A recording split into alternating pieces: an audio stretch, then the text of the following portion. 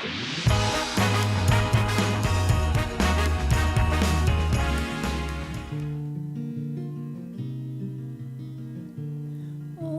mirror in the sky, what is love? Can the child within my heart rise above? Can I sail through the changing ocean tides? Can I handle the seasons of my life? Oh. Another concert brought to you by Odyssey House of Utah. That was beautiful. Thank you. We had JC singing and playing right from the beginning because that's going to be our topic today. And thank you. That's very hard to do. I can just say go and do it, and you do it very well. Welcome to another edition of Odyssey House Journals. I'm Randall Carlisle. My co-host is Nicole Slack, and our guest today, the very talented J.C. Voorhees. And if you want to just make sure your mic's just a little closer, there you go. Sorry. Sure. I'll just scoot up a bit. Yeah. And the reason I really wanted to have you as a guest today is you run a company that deals with music therapy, and you come into a lot of places where people are recovering from addiction. And I'm curious, Nicole and I are both in recovery, and I went through an outpatient program. I think once we had somebody in doing Tibetan bowls, okay, just to help with meditation. Did you ever have any music things going on when you went through your program? Yes, we had music therapy, but it was just mostly playing everyone would pick a song and then talk about what that song meant to you. Okay. But not actually picking up instruments, or I think one therapist did sound bowls one time, but we all just fell asleep. So it wasn't real intense Yeah. or organized stuff. What's your philosophy on how music relates to people dealing with things like addiction? Yeah. So in my mind, the act of creating music, and not in my mind, but in my experience, what I've seen, and then in the research, so it starts with my mind and then we see it. Okay. That act of creating music is an extremely healing experience. It's releasing dopamine. It's accessing all of these different areas of your brain that are simultaneously involved in music making, but also that are involved in addiction. And so they begin to have a transformation through the process of music making. We do music making, and also we might do some relaxation. We don't do much with bowls or anything like that as music therapists. That's not really our training, but it's very much in the improvisation and creating your own music, writing songs, analyzing lyrics. We might do some meditation and more relaxation as well, but some of the biggest transformations that I see happen are patients who are picking up instruments, playing, creating, and beginning to make those connections for themselves. I mean, listening to you off the beginning of this podcast, I found it very relaxing and pleasing and comfortable. And that's not a feeling that people who are in the early stages of recovery are feeling very often. No, our first efforts when we're working in music therapy is to help promote a place of safety. And rhythm itself organizes the brain in a way that nothing else can. And so having, sometimes it's just rhythmic stimulus. Maybe we have people with drums or even rhythm sticks just doing like a quick down, tap, and doing that for a while. Like there's this really cool evidence showing that it just relaxes the brain, helps us to go from a fight or flight mode to a more ventral state, a safe and engaged space.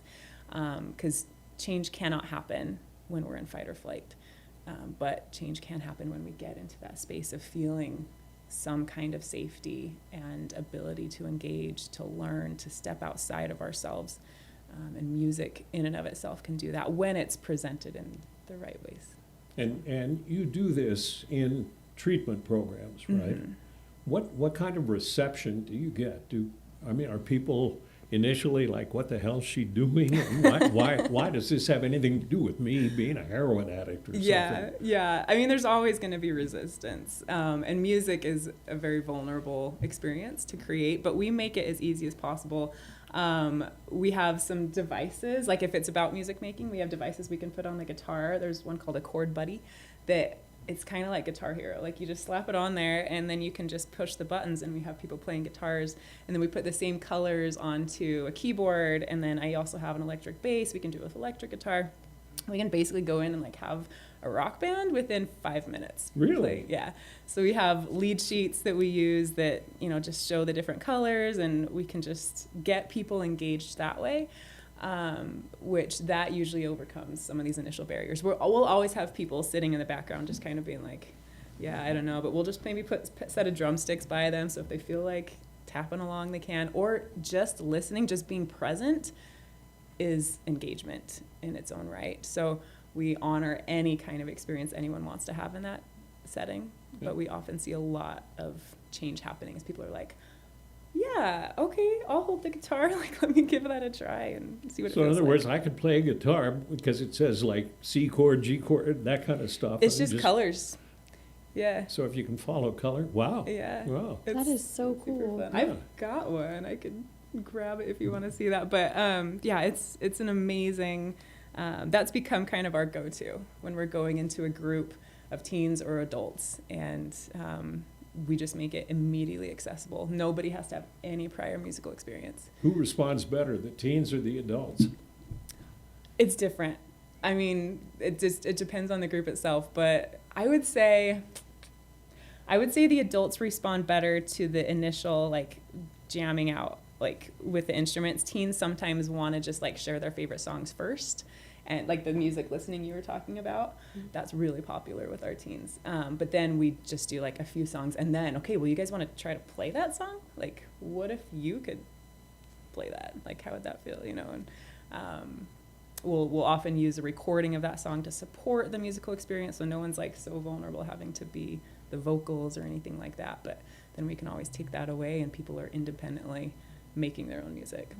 You get individual comments from the people that you're working with in treatment facilities. What kinds of things do they say to you? I presume you come back on a regular basis when somebody hires your firm to Yeah, come we're in. usually there at least once a week, sometimes 2 or 3 times a week with the same group. And most of the time we're hearing things like, this is like the best therapy that I've had here, or like I haven't felt as much in any other therapy as I feel here. Because music, it accesses all areas of the brain. It's accessing the limbic system and the amygdala, all of these different areas that are responsible for our emotions. The hippocampus, which is our memories that are associated with emotions. And so it can dig deep and touch on those things. So while we're creating music, like having a good time, they're also starting to feel something, which is often the biggest obstacle, is that willingness to feel, because that's what we're trying to escape from. Music provides a safe space to do that, and a container where, like, let's explore that and see what comes up when we allow our bodies and our brains a time to feel. No, that's an excellent point, because I'm sure you were doing the same thing I was, and everybody that we deal with, you're trying to numb yourself to something, Yeah. right? Yeah. You know, Yeah. How long of a session do you do with? Typically 1-hour sessions, but it can range anywhere from 15 to 90 minutes. Okay. Yeah. Just depends on whatever site we're at and what we can. what got you into this? I mean, Oh, music is a huge part of my life. I grew up playing piano, and I was one that when something was going on in my life, I went to the piano. That became some of us my went to career. drugs and alcohol, and she went to the piano. Well, that's, Oh, just a little different. Among other things, you know. But yeah, piano is, and guitar, after, you know, when I started the music therapy program, you have to do guitar. So that became another voice for me. But it's like speaking another language. Words, we don't always have the words to process and explain what we're experiencing. But Hans Christian Andersen said, where words fail, music speaks. And so we really tap into that power of music to give life to things that we may not even understand ourselves. Is it a hard sell to treatment programs to say, we'd like to come in, and obviously you have a right to earn a living, so we'll charge you so much to come in, and are treatment programs reluctant or open, or how do you, what do you run into? Budget's always the biggest problem because music therapy is not reimbursable through insurance or Right. Medicaid or anything like that. Yes. So that's Should it be? Yes, it is in other states. There's 21 states that have Medicaid reimbursement for music Really? therapy. Mm-hmm. So Utah legislators, if you're listening or watching, that's something to consider at the next legislative session. Yes, So, we are working on it. We are hoping for licensure. There's all kinds of things that we're trying to do on a state level to be able to I didn't increase mean to access. interrupt you, so go ahead with your response from treatment facilities. Yes. So the biggest obstacles we have to overcome are first funding, and then giving a space for them to be able to see it. Because it's one thing to just talk about music and all these things can happen, but to be able to really see that impact that comes in a session. There's so much that is happening under the surface for patients that is not always measurable, but that takes time. I mean, any kind of emotional healing is going to take time. And so those are the things that we just need them to step in and see what's happening in these music therapy sessions. And then we can show the science and everything behind it. There's so much amazing research out there on the impact of music on emotions and the brain and how that relates to addiction and recovery. Does that make sense to you? Yes. And if it doesn't, please let me know. No. To quantify something like a music therapy program in a substance use treatment program is pretty difficult. I mean, like people, I presume people say in our program would say, I really enjoyed it. I look forward to it every week, blah, blah, blah. But when it comes down to the end and somebody graduates from our program and you said, what were the most significant parts that got you on the road to recovery, would they say music therapy? I think if music was in your background too, though, then it would be more, well, to me anyway. I played the viola for 5 or 6 years, and so when I hear instruments, I'm just watching your hands and thinking of all the, parts of playing an instrument. Whereas I don't know if it would feel the same if I didn't play an instrument. So I don't know. Well, an interesting thought on, again, what the difference is with music. There's a ton of research that's showing that there's increased engagement in the recovery process when music therapy is part of it. Mm-hmm. Really? Yeah, people are more likely to be engaged in a music therapy session versus talk therapy or other kinds of approaches. And so that's a big selling point as well, that the research is showing that it's going to increase engagement for. I mean, it'd be like if we have a pretty symbiotic relationship with Fit to Recover, which is, basic. I mean, they have 4 pillars, but the main reason people go there is for exercise to begin with, and everybody seems to enjoy it, and everybody seems to accept the fact that physical exercise is important in recovery. I'd be more likely to go to a music class than Fit to Recover. Well, me too. Given but- the options. Yeah, but it seems to me it should be part of any program. Yeah, because you don't have to talk about you're still accessing emotions and doing things, and you're not talking about trauma. Yeah. Even though it might access trauma, but you can go there and just be open and listen and feel, and I could see that being so beneficial. Because that's what we're trying to, one of the reasons people hate our program, clients, is because we're trying to get to the root cause of why they're trying to numb themselves all the time. And then that means dealing with trauma and some things you may not want to share in a group or even with one-on-one with a therapist. Yeah. So if something like this opens up the road to feelings and emotions and things like that, I can see how it would really make a difference. Absolutely. In fact, do you mind if I play for a minute? So Be my guest. the song I started with, Landslide, from Stevie Nicks, that's a really common one that I'll end up using because the lyrics themselves start to promote insight for our patients. And so, I mean, I'll just play through this portion of it, but listen with the intent of seeing how this might relate to some part of your recovery. Oh, mirror in the sky, what is love? Can the child within my heart rise above? Can I sail through the changing ocean tides? Can I handle the seasons of my life? Oh.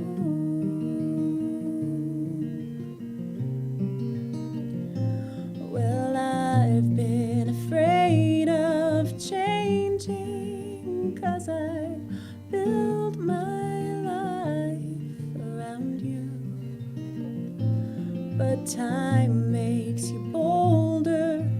Children get older, and I'm getting older too.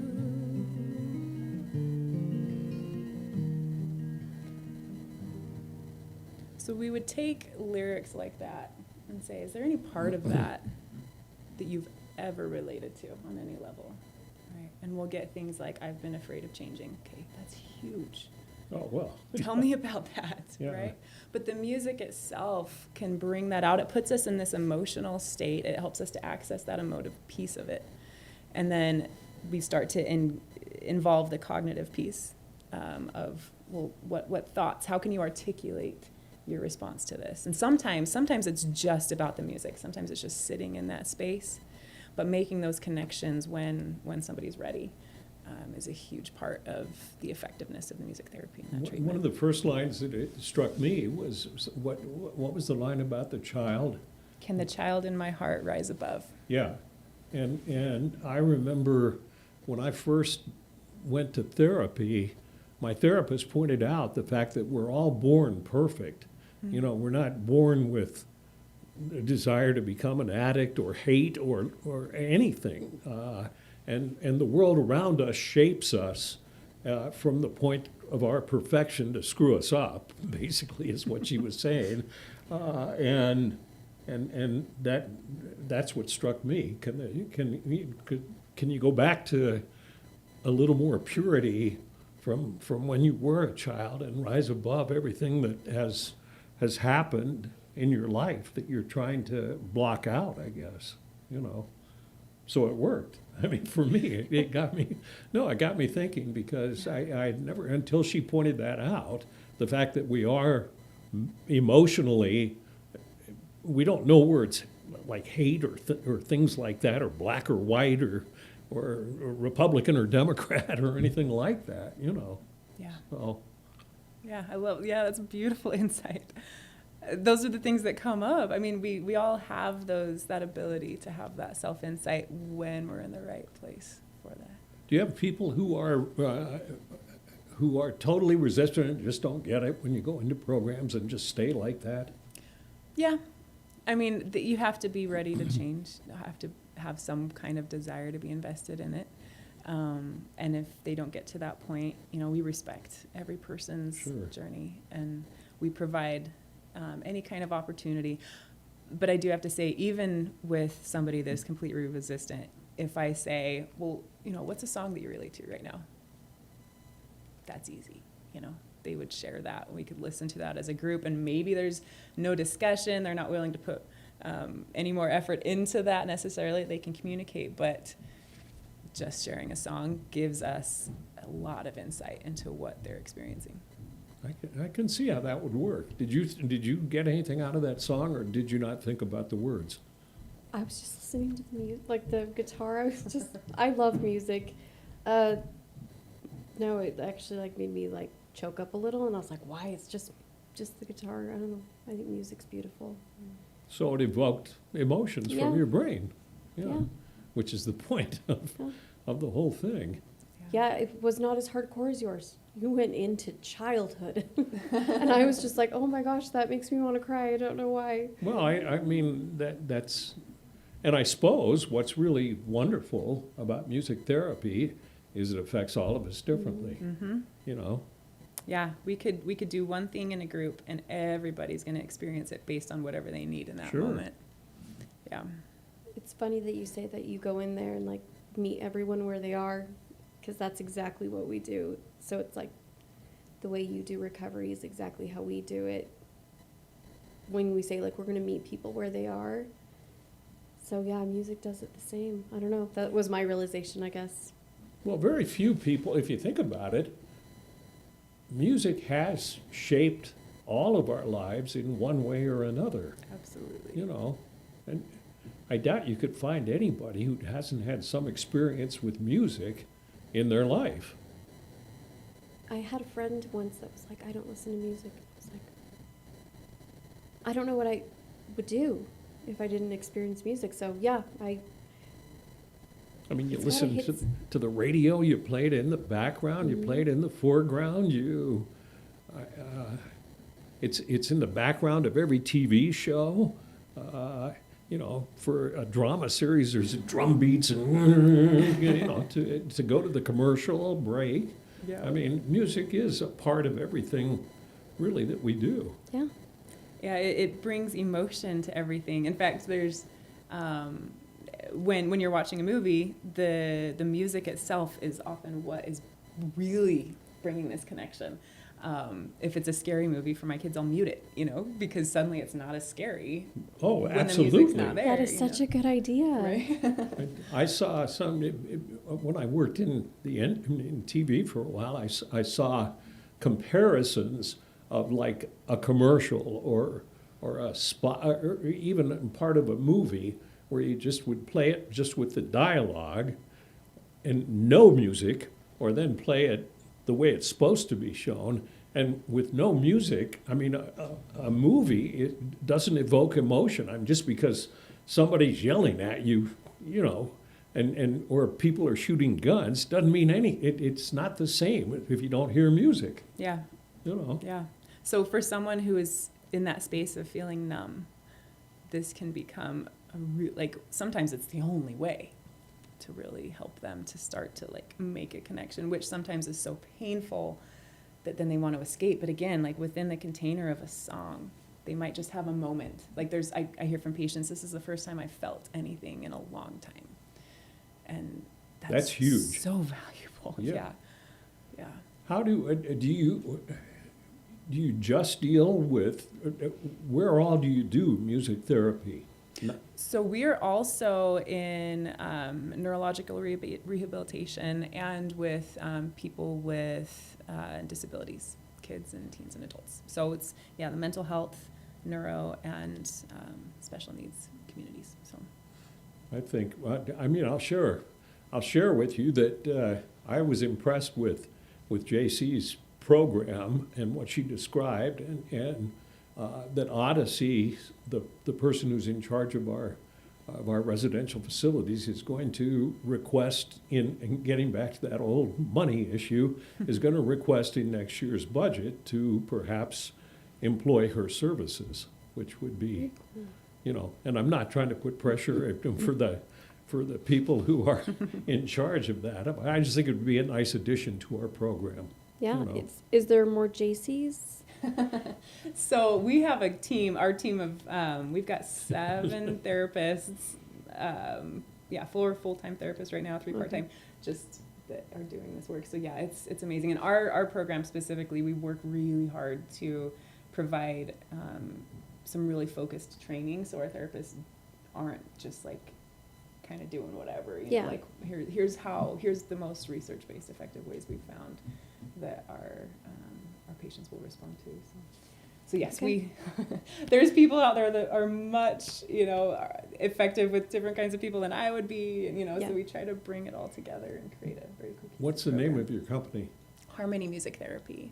Harmony Music Therapy. Yeah. So if somebody Googles that and has an interest, they can just call, because that's what I did, right? Yes. Yeah.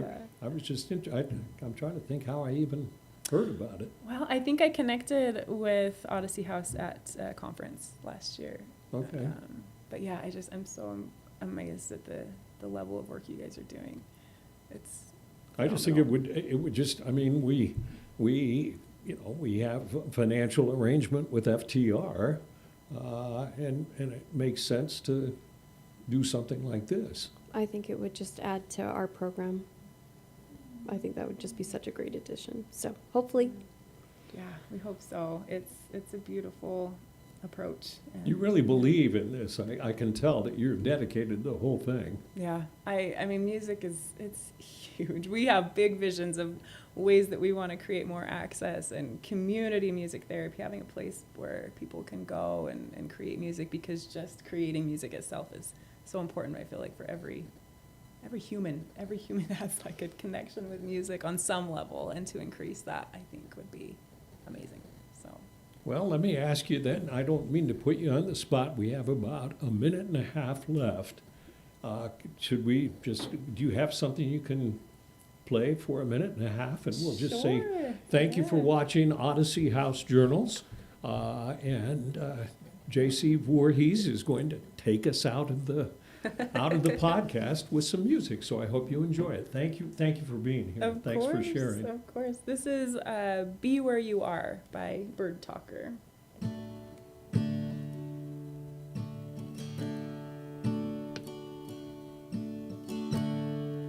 My friend, have you lost hold again? Do you feel like somebody else? Have you got fire in your mind that keeps you up at night? I watch you run down, head down, and disregard it.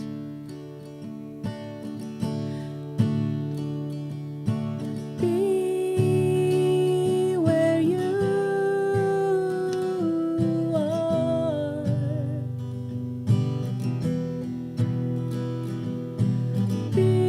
Be where you are.